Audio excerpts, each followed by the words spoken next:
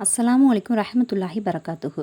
எனது இனிய இஸ்லாமிய சொந்தங்களே, நாம் விரும்பினாலும் விரும்பாவிட்டாலும் மறுமை நாளில் நாம் அனைவரும் இவ்வுலகில் செய்த செயல்களுக்காக தனித்தனியாக இறைவன் முன்னிலையில் விசாரணைக்காக நிற்கத்தான் போகிறோம். அந்நாளில் அல்லாஹு தாலா இந்த 4 கேள்விகளை ஒவ்வொரு மனிதனும் கேட்பான். இந்த 4 கேள்விகளுக்கு பதில் சொல்லாமல் எந்த ஒரு மனிதனும் ஒரு அடி கூட நகர முடியாது. அல்லாஹ் மனிதனிடம் கேட்கும் முதல் கேள்வி, உன்னுடைய ஆயுளை நீ எவ்வாறு கழித்தாய் என்று கேட்பான். 2வது கேள்வி, உன்னுடைய இளமை காலத்தை நீ எவ்வாறு கழித்தாய் என்று கேட்பான். 3வது கேள்வி, உன்னுடைய செல்வத்தை எப்படி சம்பாதித்தாய், அதை எதற்காக செலவழித்தாய் என்றும் கேட்பான். 4வது கேள்வி, உன்னுடைய அறிவு, அதை கொண்டு நீ என்ன செய்தாய் என்று கேட்பான்.